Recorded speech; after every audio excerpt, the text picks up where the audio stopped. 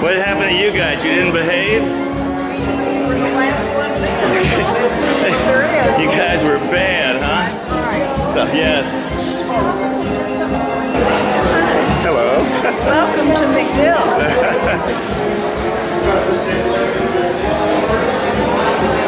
That's a great picture of Joni.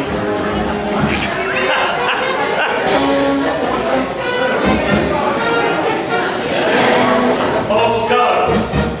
Stand by. Go. 10. Hut. Work. Mark. Forward. Mark.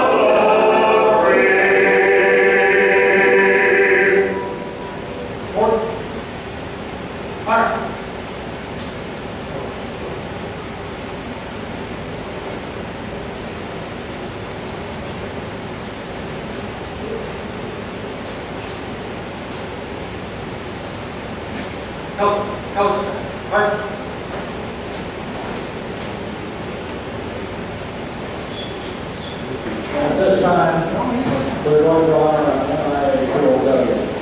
On behalf of the Chambley Union, I would like to thank the Union Committee for allowing me on their behalf to honor the official group of individuals on this solemn occasion. You'll set out, but it's an interesting story. Bob was one of the basic situations of the cup. That cup was given to Colonel Beamer in 1956 on the departure from Chambley. Over the years, we don't know what happened to it. It was found in Las Vegas in a storage building that was having a rubber sale because the people didn't pay rent on the building. And a lady from San Diego was there, and she found that cup and bought it. She looked at the address or the name on the cup and contacted Dr. Joe, our website manager, and he referred the email to me without contacting her.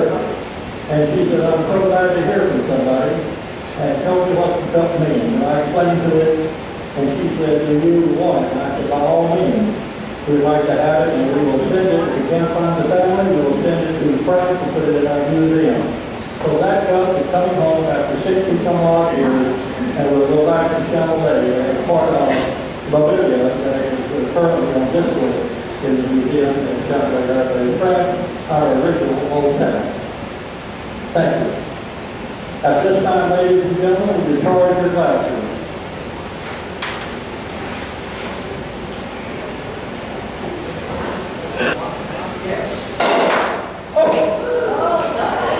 That's not my idea.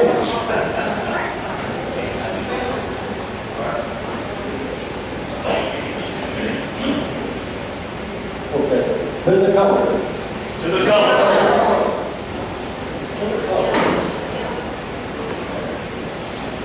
To the President of the United States. The President of the United States.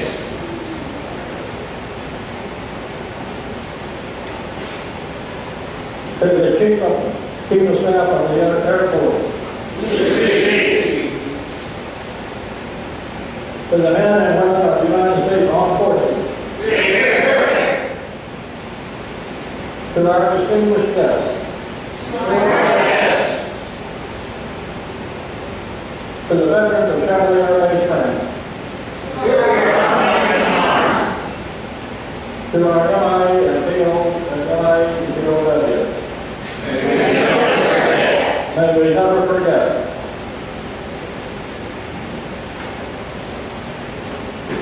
Would you please rise?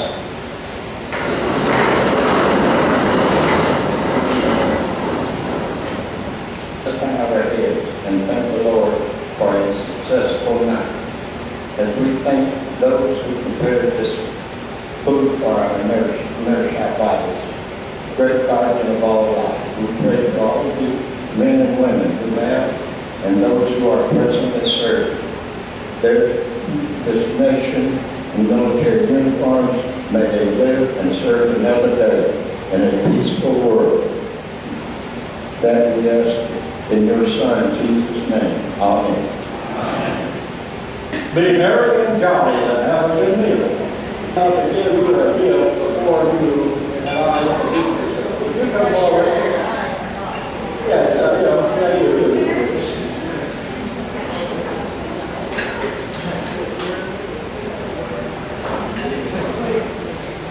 We all know there's a report on starving general.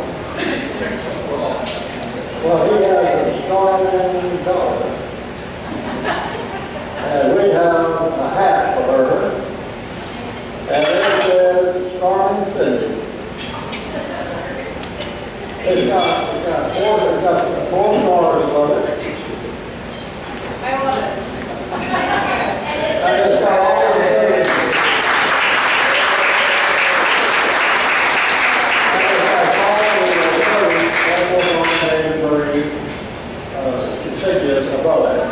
She was on it. I know she was on. And she has, well, might as well try to finish the introduction here. As you know, anytime you're a service person, you know you want to travel the world. She has traveled the world. She is a distinguished speaker. She graduated from Alabama. She went to Auburn, and she graduated from Florida. University of South Florida. University of South Florida. And so she's a distinguished speaker, a renowned speaker. Not only that, she has several businesses. You got any money, honey? Anyway, now I'd like to present to you Cindy Schwarzkopf, our guest speaker tonight, and we welcome her with a party round of applause, please.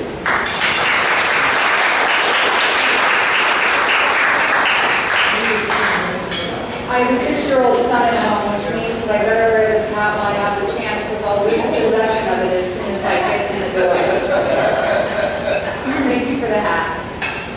I think there's a lot of key elements to speech making. I believe the first and foremost is that people can hear me.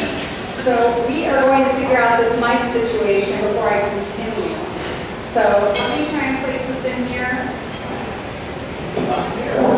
We can hear you fine back here. I've got some notes here, and so I want to try and do this hands-free. Can everyone hear me okay? Yes. All right. If I should veer away from the mic, please somebody in the back row just raise your hand and I will shift left again. Thank you for having me here.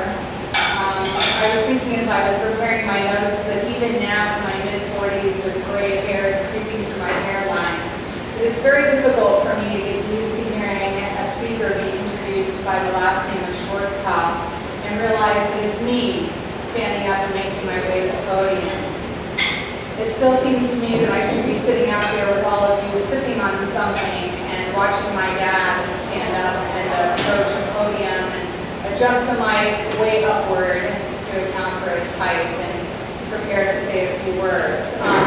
But as most of you probably know, nearly 2 years ago, my father lost his long battle with Parkinson's and vascular dementia disease. And while I miss him a whole lot, and I sure wish that it were he that could be here to share his stories and enjoy your company tonight, it is my sincere pleasure to have been asked to be here as his daughter to say a few words to all of you.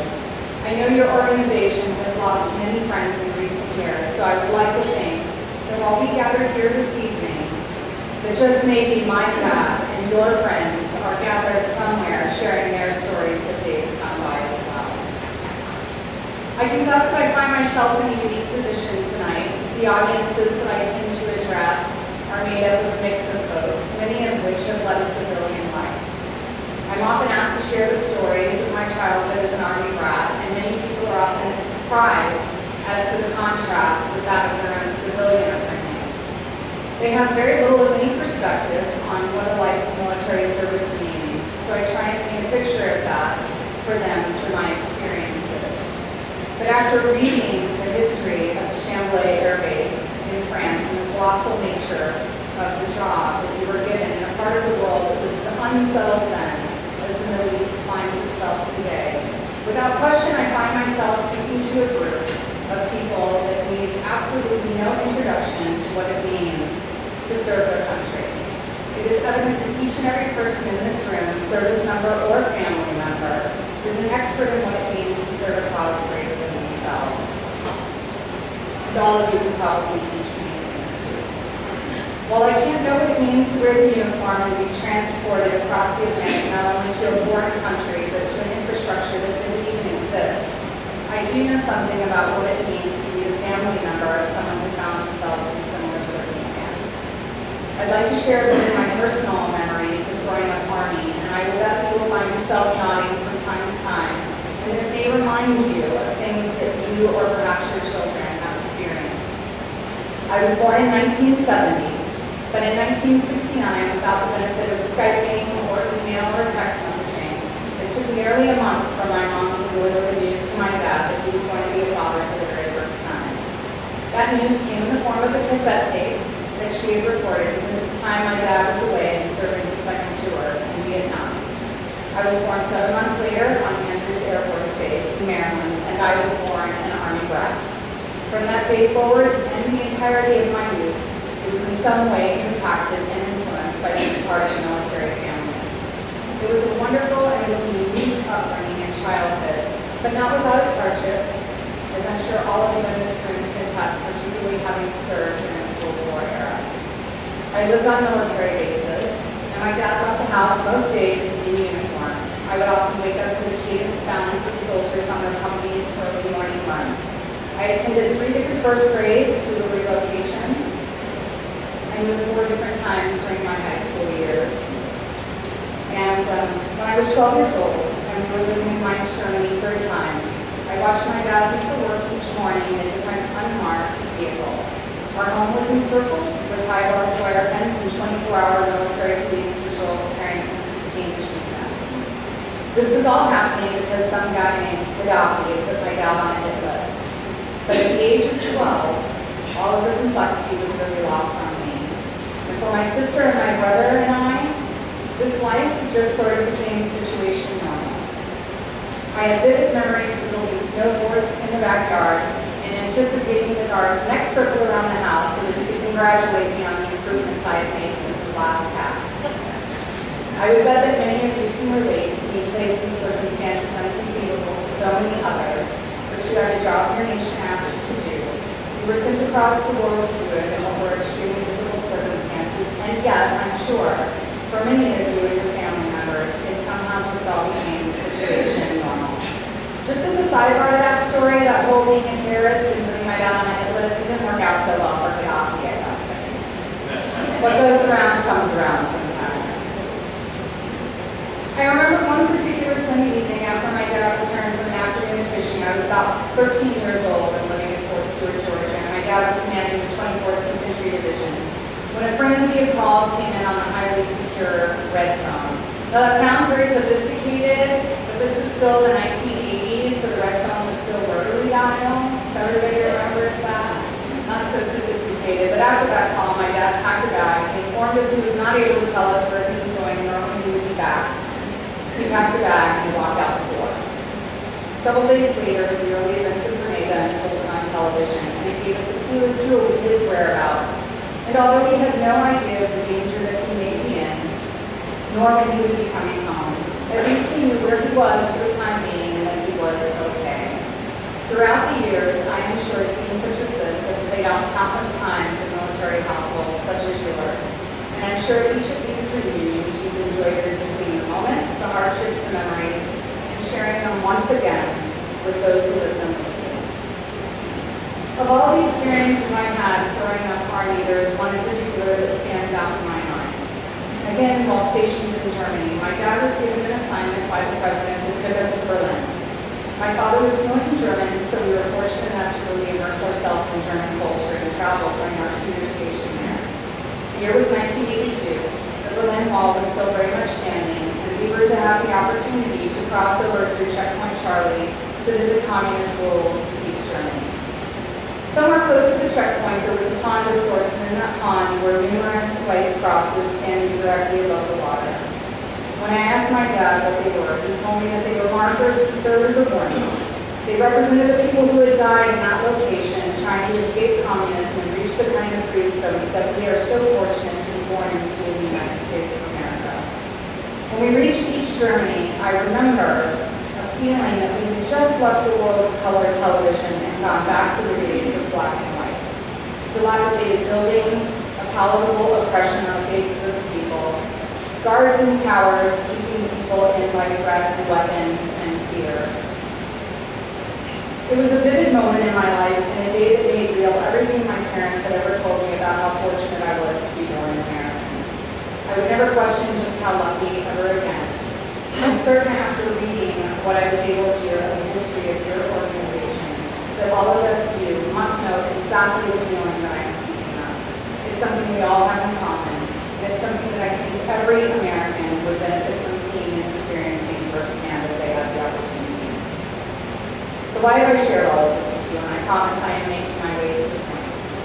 About 6 years ago, and far removed from my military upbringing, I was asked to speak at a Veterans Day event.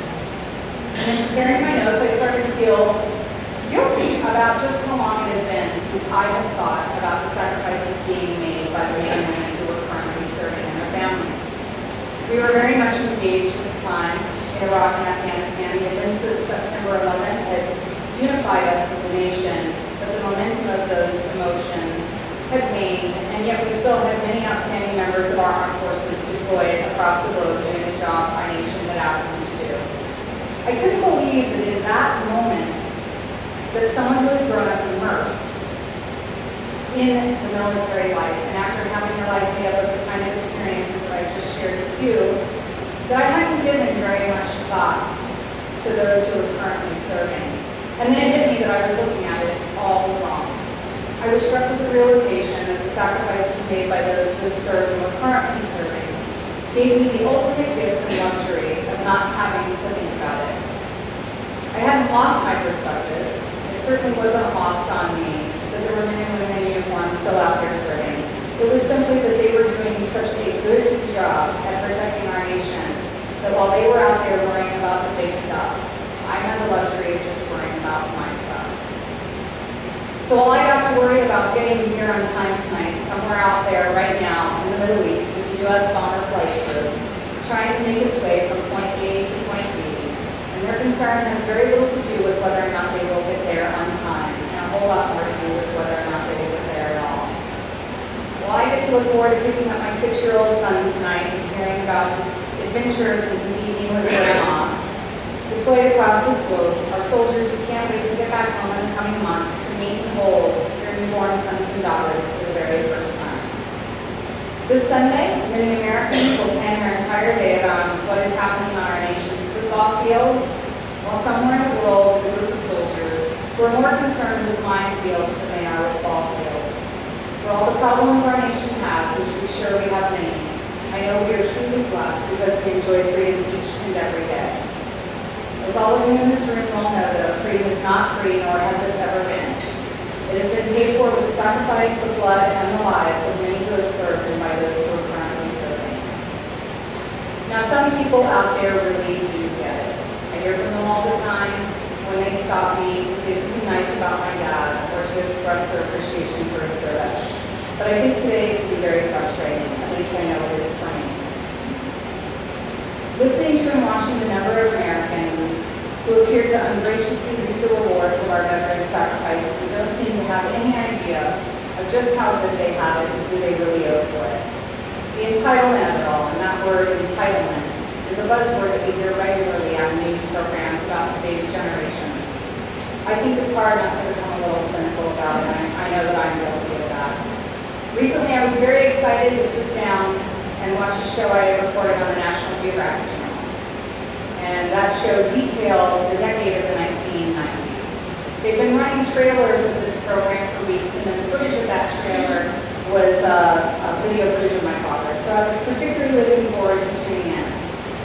So the program starts, and during the program, the show narrator detailed the decade, which started with highlights of the First World War. But they would break away and had random commentary by politicians, actors, journalists, and etc. who were commenting on the events of the time. So all of a sudden, the actor Martin Sheen was making comments about the military.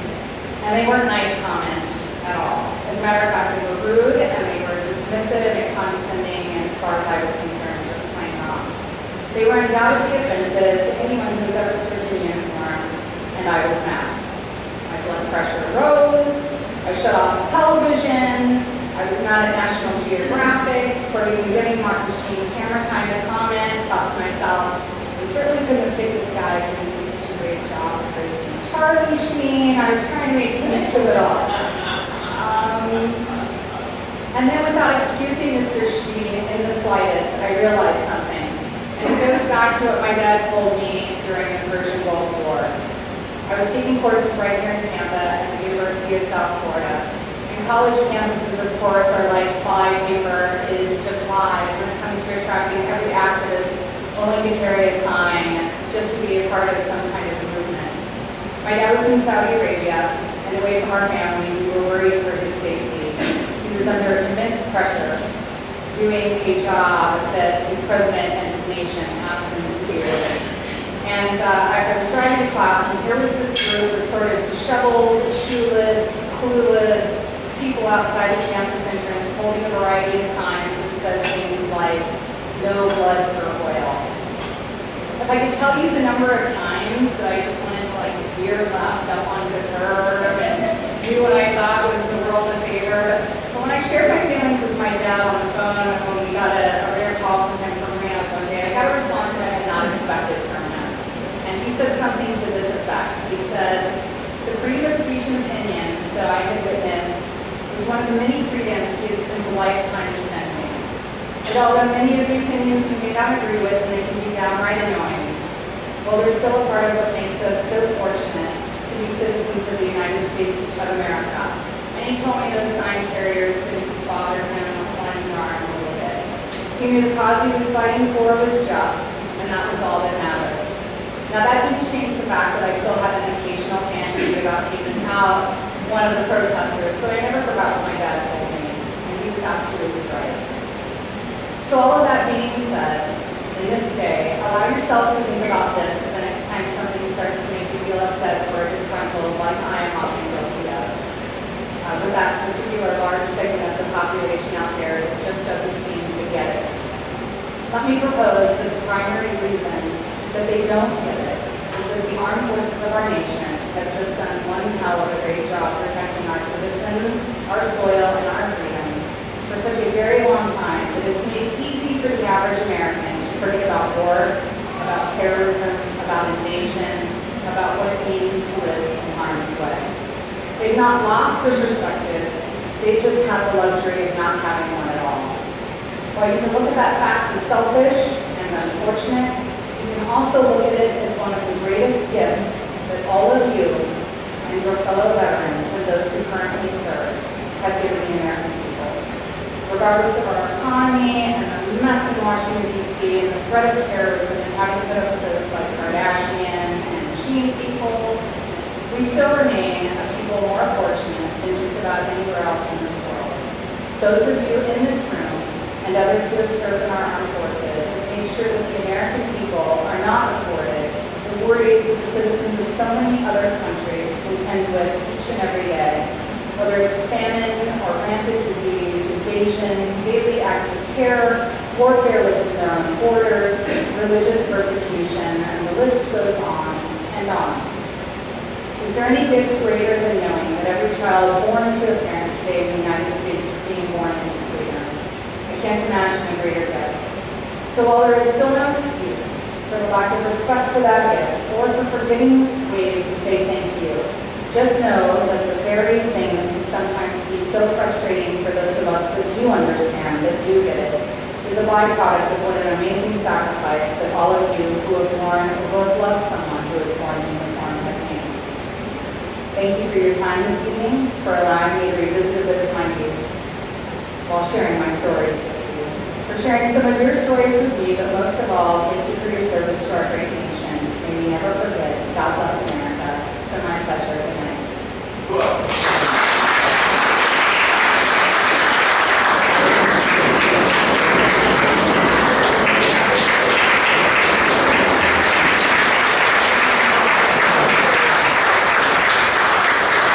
How refreshing it is to see a young person stand up for us. She's the future of her generation. Too bad all Americans, young people, do not emulate her in all things, because she is the youth of this nation, the future of this nation. And we really and truly appreciate you, Cindy. You just a tremendous job. And we wish you success in your life. Carry on and good luck in business and good luck in your speaking engagements. Because I know we'll be on the land. It's my honor to be here, really. Thank you. And I don't want to forget my hat. Really did your hat. And just a moment. I think it's most important to really recognize Joe McLean, Joe our webmaster, and Barb, they work together hand in hand. And would you please stand up and give them a round of applause?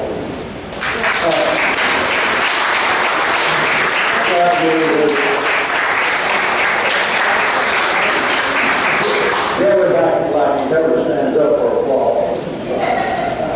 When you said that, don't you want them to stand up? So at this time, a couple of awards here. Let us not forget our ex-director, Bob Ferguson. Bob, would you stand up and be recognized?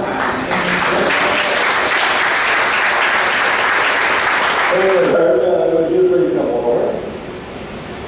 Leonard?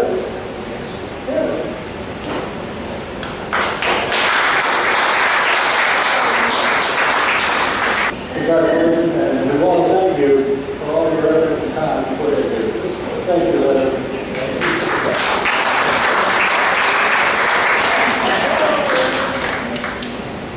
We call her the redhead in her family, so we call her Johnny. Johnny, would you come up and get your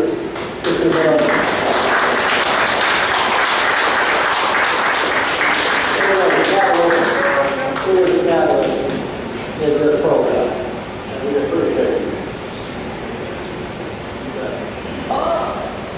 And yes, yes, speaker, for this anniversary. After the meeting, Chambley area grant, Tampa Florida, to your October, and the football. We're giving you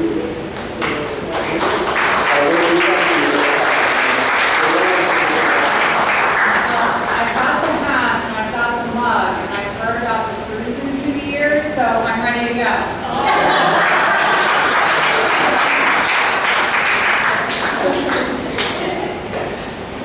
Here's what we call the ancient ones, from 65 to 105. And the number is 340. 340. Isn't that 340? Well, he's answered all right, so come on up.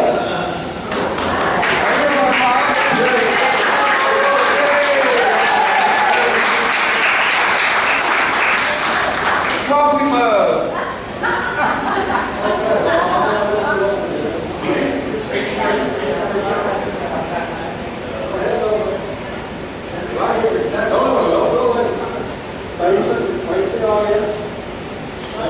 see what you want. Hey, the office, not me, I know what it is. This way, turn around.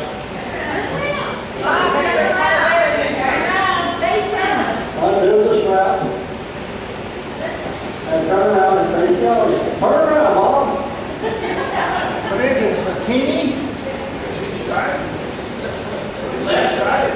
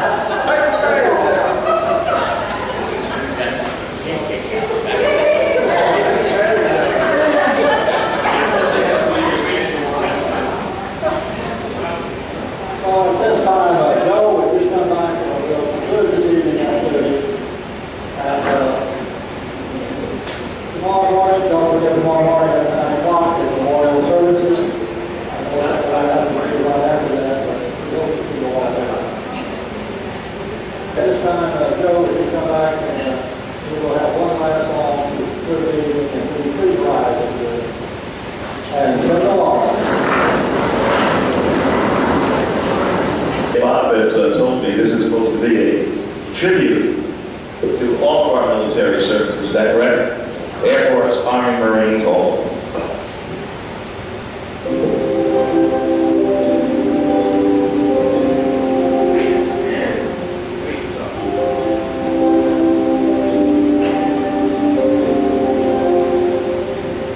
If tomorrow all the things were gone that I worked for all my life, and I had to stand alone with just my children and my wife. Thank you, lucky star, for living here today, because the flag still stands for freedom, and you can't take that away. Well, I'm proud to be American, but at least I know I'm free, and I won't forget the men who died, who gave that right to me, and I'm gladly stand up next to them and defend them still today. But there ain't no doubt I love this land. God bless the USA.